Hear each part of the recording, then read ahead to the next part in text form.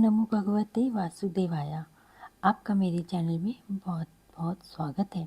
आज हम परिवर्तनी एकादशी कथा के बारे में बात कर रहे हैं। भाद्रपद माह के शुक्ल पक्ष की एकादशी को पद्मा के नाम से जाना जाता है।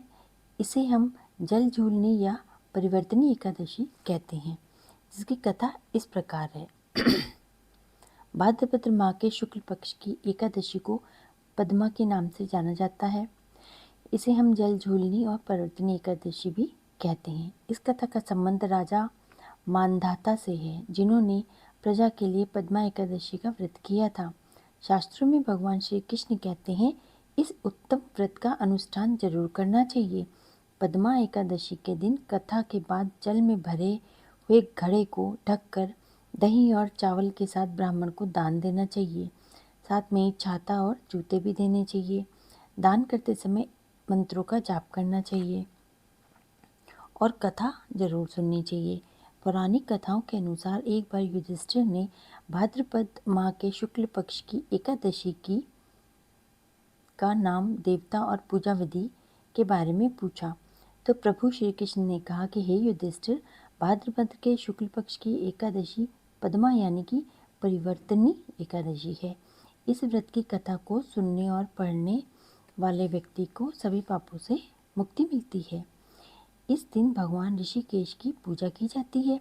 सूर्यवंश में मानधाता नामक एक चक्रवर्ती सत्य प्रतिज्ञा वाला और प्रतापी राजा था। वो राजा और ऋषि दोनों ही थे।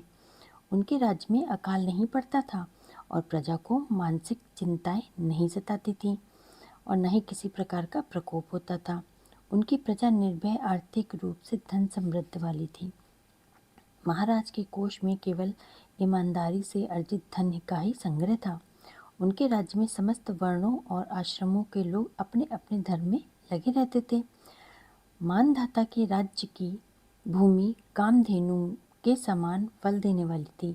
उनके राज्य काल में प्रजा का जीवन काफी सुखमय था। एक बार किसी कर्म के फल भोग के कारण राजा के राज्य में 3 वर्षों तक बारिश नहीं हुई, जिससे कि भूख से पीड़ित प्रजा नष्ट होने लगी। राजा महाराज के पास प्रजा आई और आके कहने लगी कि आपको अपनी प्रजा की बात सुननी चाहिए।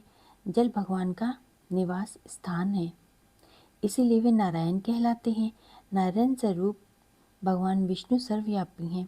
वो ही मेघ स्वरूप होकर वर्षा करते हैं और वर्षा से अन्न पैदा होता है और अन्न से प्रजा जीवित रहती है। महाराज, इस समय अन्न के बिना प्रजा का नाश हो रहा है, अतः आप कोई उपाय कीजिए।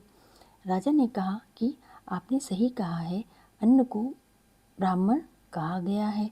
अन्न से ही प्राणी जीवित रहता है। पुराण में भी विस्तृत रूप से ये वर्णन किया गया है कि राजाओं के अत्याचार से प्रजा को पीड़ित किया जाता था, लेकिन जब विचार करता हूँ तो मुझे इससे मुझे कोई अपराध नजर नहीं आता है। फिर भी प्रजा के हित के लिए मैं प्रयास करूँगा। ऐसा निश्चित करके राजा मानधाता कुछ व्यक्तियों को लेकर के भगवान को प्रणाम करने वनों की तरफ चल पड़े। वहाँ मुनियों और तपस्वियों से मिले। एक दिन उन्होंने ब्रह्मपुत्र अंगिरा के दर्शन किए। उनको देखते ही राजा ने दोनों हाथ जोड़े और मुनि के चरणों में प्रणाम करा। मुनि ने भी राजा के अभिनंदन को स्वीकार करा और राज्य के बारे में पूछा।